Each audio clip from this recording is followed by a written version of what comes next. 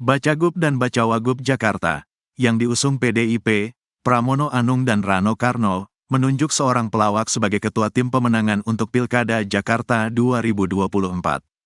Bacagub PDIP Pramono Anung pun mengungkap alasannya menunjuk Cak Lontong sebagai ketua tim pemenangannya di Pilkada Jakarta 2024.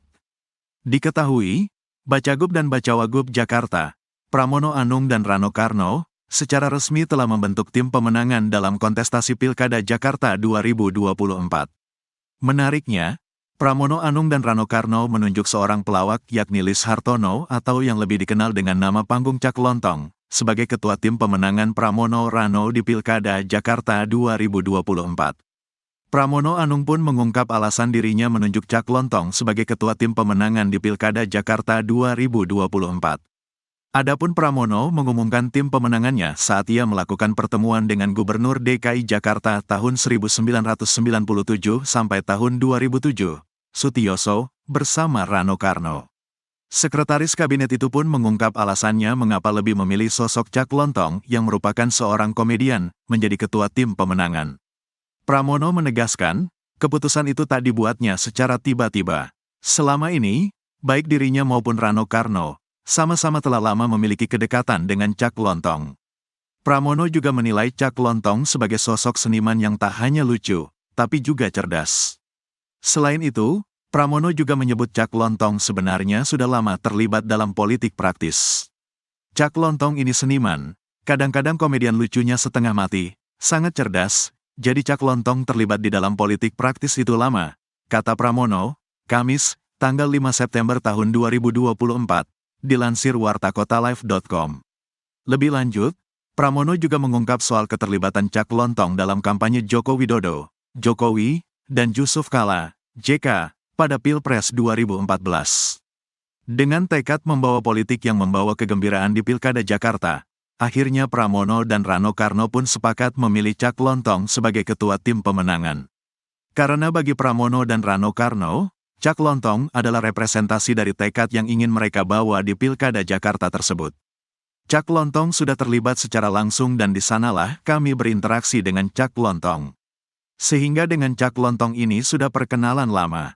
Kami meyakini karena tekad kami berdua adalah politik yang membawa kegembiraan, tapi bekerja keras, Cak Lontong representasi dari itu, ungkap Pramono. Pramono menambahkan, dalam Pilkada Jakarta ini, ia tak ingin menggunakan politik identitas, keagamaan, dan unsur lainnya. Ia lebih ingin menjalankan politik dengan cara kekinian, tapi tetap bertanggung jawab atas setiap keputusan yang diambil.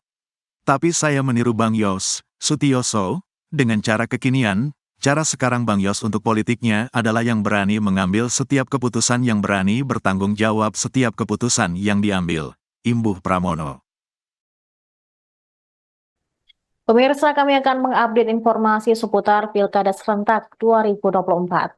Bakal calon gubernur dan wakil gubernur DKI Jakarta, Pramono Anung dan Rano Karno, bertemu dengan mantan gubernur Jakarta, Fauzi Bowo, pada Selasa sore. Pertemuan tersebut digelar di Museum MH Tamrin, Jakarta Pusat.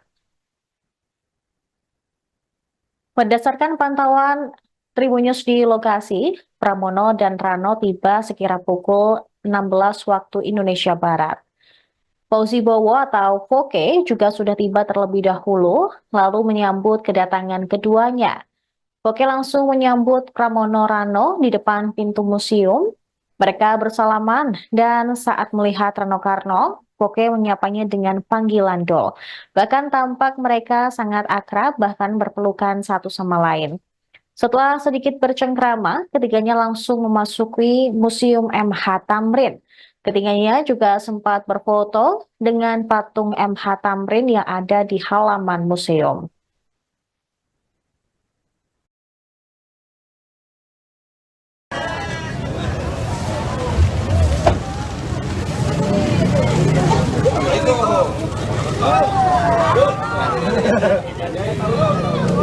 Anak sekolah.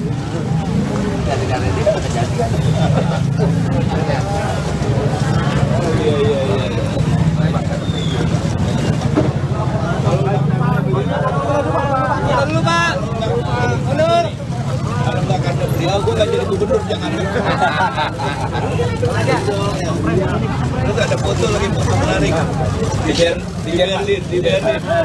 Beliau yang foto, ada saya, lalu dia Pak Jokowi, Pak Jokowi ketiga, mantan gubernur DKI. Jarang-jarang tuh, ini beliau yang motret.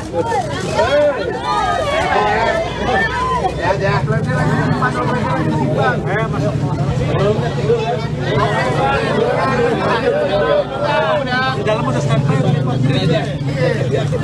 Pertanyaan enggak? Dalam aja, Bang. Mana baik penjelasan. Hari ini saya bersyukur.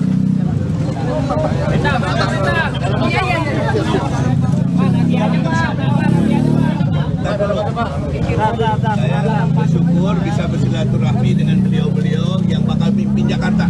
Amin. Amin. Dari media kita dengar bahwa beliau mencari informasi sebanyak mungkin, ya, menemui orang-orang yang menjadi resource person. Dan alhamdulillah hari ini saya ketemu. Terus untuk pertanyaannya, kenapa ketemu di sini? Bener nggak?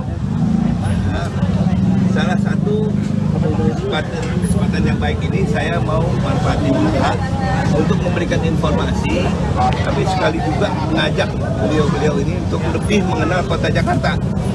Udah kenal kota Jakarta, saya tahu ya, sejarahnya, ya, struktur ekonominya, masyarakatnya, ya termasuk masyarakat Betawinya. Ya. Kalau Sidul sih nggak usah dikenalin. Jadi, nah di dalam perjalanan sejarah Jakarta ini nggak ada kota yang lebih banyak syarat dengan muatan sejarah bangsa ini selain Jakarta. Mulai dari kebangkitan bangsa, perjuangan kemerdekaan, mengisi kemerdekaan, sampai ibu kota dipindah ke Nusantara. Jadi saya mau manfaatin di dalam perjalanan sejarah itu banyak juga orang-orang yang berjasa terhadap kota Jakarta, terhadap bangsa kita ini, bangsa Indonesia. Di antaranya adalah Muhammad Husni Tamrin. Tadi saya tanya, ada nggak yang pernah datang ke Museum Husni Tamrin? Ternyata hampir tidak ada. Dari itu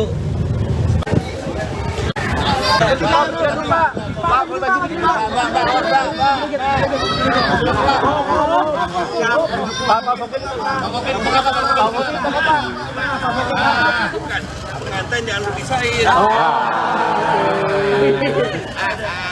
Pak, sambil bincang-bincang, Pak.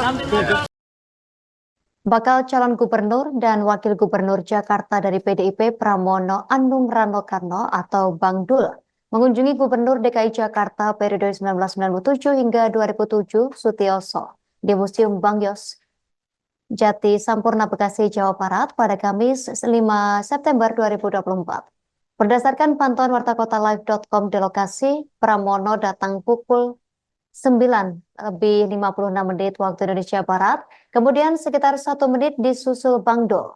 Mereka kompak mengenakan pakaian bernuansa coklat. Informasi selengkapnya akan dilaporkan rekan Yolanda Putri Dewanti, wartawan Warta Kota. Rekan Yolanda Putri, silakan laporan selengkapnya dari Anda. Ya baik, selamat sore Tribuners. Bakal calon gubernur dan bakal calon wakil gubernur dari Partai PDI Perjuangan, Bapak Pramono Anung dan Bapak Rano Karno atau kerap disapa Bang Dul, mengunjungi Gubernur DKI Jakarta periode 1997 sampai 2007, yakni Pak Sutioso atau yang dikenal dengan Bang Yos, yang dilakukan pertemuannya di Museum Bang Yos Jati Sampurna, Bekasi, Jawa Barat pada Kamis 5 September 2024. Adapun berdasarkan pantauan saya di lokasi, Pramono datang pukul 9.56 waktu Indonesia Barat, kemudian sekitar 1 menit disusul Bang Dul. Mereka kompak mengenakan pakaian bernuansa coklat, di mana nampak juga Bang Yos mengenakan pakaian bernuansa putih bersama keluarga. Keduanya yakni Pramono dan Rano turut disambut hangat oleh Bang Yos bersama istri dan anak-anaknya, di mana terlihat mereka saling jabat tangan dan juga berpelukan. Kemudian usai saling sapa, mereka berjalan menuju museum dan sempat mengabadikan foto bersama di depan Museum Bang Yos itu sendiri yang berada di lokasi atau di sekitaran kediamannya. Dan memang sebelumnya Pramono dan juga Rano mengatakan bahwa akan mengunjungi mantan Gubernur DKI Jakarta menjelang pelaksanaan Pilkada tahun 2024. Adapun pertemuan itu dilakukan untuk saling bertukar pikiran dan saling memberikan pendapat terkait dengan situasi Jakarta yang ada pada saat ini. Dan sebelumnya juga pasangan Pramono dan Rano ini sudah berkunjung kepada mantan Gubernur DKI Jakarta pada periode 2007 sampai 2012, yakni Bapak Fauzi Bowo atau yang sarip disapa Bang Foke, di mana pertemuan tersebut dilakukan di Museum MH Tamrin yang berada di Jakarta Pusat pada Selasa 3 September 2024. Sekian informasi yang bisa saya sampaikan, kembali ke studio.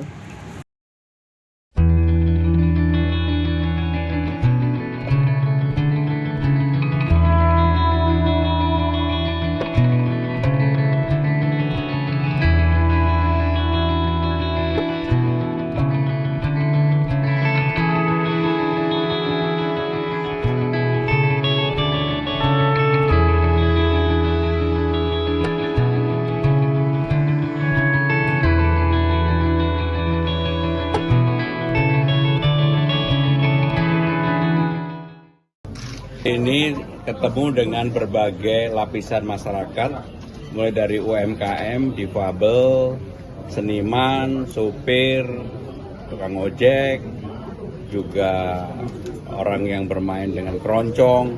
Semuanya kita dengarkan dan saya memang belanja masalah, ingin mendapatkan masukan yang seluas-luasnya, apa yang menjadi persoalan atau problem di lapangan. Tadi datang dari Petamburan, dari Tanah Abang, dari Pasar Baru, dari macam-macam, dan itu memberikan masukan, memperkaya bagi saya pribadi untuk mengetahui persoalan di Jakarta. Seperti yang saya sampaikan berulang kali, dengan undang-undang yang baru Jakarta berubah menjadi kota global, pusat perekonomian nasional, maka siapapun nanti yang akan menjadi gubernur di Jakarta harus bisa melakukan terobosan-terobosan dan bekerja yang tidak biasa. Tapi hari ini kita belanja masalah dan luar biasa. Saya juga kaget yang bertanya lebih dari 12 orang dan pertanyaannya dalam-dalam. Termasuk misalnya sopir trailer di Tanjung Priok. Bagaimana mengatasi premanisme dan sebagainya. Itulah pertanyaan-pertanyaan mendasar yang menjadi pikiran saya yang saya dapatkan pada permasalahan paling besar di Jakarta adalah soal kemacetan. Kemarin Bacagub satu lagi nih sudah bilang salah satu solusi kemacetannya mau bikin psikolog keliling dan lain sebagainya. Nah kalau dari nggak usah repot-repot psikolog keliling dah. Ya, tentu setiap kita pasti punya misi, punya tujuan. Ya kita nggak usah ada ngejelek-jelekin yang mana. Artinya begini, Jakarta ini unik. Siang 14 juta, malam 9 juta. Kenapa saya bilang 9 juta malam? Berarti 4 juta itu mendatang. Kemacetan itu terjadi pada saat-saat maaf, jam kerja, datang pulang, itu macet. Contoh soal Lebaran, Jakarta kosong. Artinya ada potensi untuk merevitalisasi yang dibilang sistem ini. Karena yang namanya begini, Bang Yos bikin busway. Bayangin kalau dulu nggak ada busway, berhenti nih Jakarta. Bang Foke bikin juga MRT segala macam. Ahok, kemudian Bang Anies. Makanya itu kemana kita ngarepin ini, insya Allah nih kita lagi mau minta waktu ketemu sama mantan gubernur. Karena Jakarta ini harus dibangun berkesinambungan, nggak bisa sendiri-sendiri. Kagak usah deh, gue visi gue begini. Enggak, Jakarta itu udah punya plotting. Apalagi sekarang anggaran APBD DKI sudah diketok, disetujui oleh DPRD. Anggaran 2024-2025, programnya ini. Nggak bisa nih gubernur baru, wakil gubernur baru kerja yang lain. Ini dulu yang mesti dikerjain. Visi misi kita nanti kita usulkan di perubahan. Pasti terjadi di 2025-2020. Apa sekarang permasalahan? Oke, pemerintah itu bukan berarti gampang, tapi tugas utama cuma dua. Yang satu urusan wajib, yang kedua urusan pilihan. Wajib itu apa? Dasar kesehatan, pendidikan, lingkungan, perhubungan. Nah ini kita jabarin. Pendidikan apa nih? PPDB setiap tahun masalah. Walaupun Jakarta nggak seperti Banten, Jakarta tidak serumit dengan Jakarta daerah yang lain. Karena apa? Secara infrastruktur Jakarta sudah tertunjang. Cuman bukan berarti nggak ada masalah. Itulah makanya kenapa PPDB itu diciptakan Karena misalnya begini, jumlah lulusan SD anak-anak 18.000, dia pindah ke SMP. Nah SMP tuh cuma bisa nampung 8.000, yang 10.000 dilarin ke swasta. Nah inilah makanya dibikin sistem yang dibilang afirmasi, prestasi, kemudian zonasi. Kenapa untinya? Bangunan sekolahnya kurang. Berarti harus apa? Perbanyak sekolah. Oke. Berarti dalam waktu dekat Bang Dul bakal ketemu dengan mantan-mantan. Insya Allah hari ini saya dijadwalkan untuk ketemu, tapi belum tahu jam berapa. Siapa Pak? Siapa Pak? Yang pasti akan kita susun Bang Yos, kemudian Bang Foke, kemudian Ahok, kemudian juga ke Bang Anies. Itu memang menjadi jadwal. Karena ya itulah, maaf mungkin kalau beliau dengan Mas Pramono jauh lebih kenal daripada dengan saya, karena dari sudut pemerintahan kan. Arti itu yang sedang kita jalin. Realitas sekarang Bang Anies juga paham, dia sudah tidak bisa ikut lagi. Ya buat apa juga bertahan-tahan? Yuk kita bangun rame-rame. Karena insya Allah ntar kita kelar, barangkali ada jodoh tempat lain Bang Anies jadi yang lebih tinggi, mana kita tahu. Yang penting mengkiranya Bang mau kemana sih waktu kemarin? Kenapa Bang bikin begini? Kenapa sih bikin jazz? Kenapa sih bikin ini? Begitu loh. Nah itulah Jakarta harus begitu. Udah nggak waktunya lagi kita berantem, kita ribut. Udah kalau nggak ini makin berat nih, ekonomi dunia terasa. Jangan perang Rusia Ukraina nggak kelar-kelar. Israel makin bandel. Ini efeknya ke kita. Pasti ekonomi kita akan terganggu. Minyak aja udah mulai, harga bensin meningkat. Nah udahlah. Sekarang bagaimana menghadapi itu? Kita harus hadapi sama-sama. Mungkin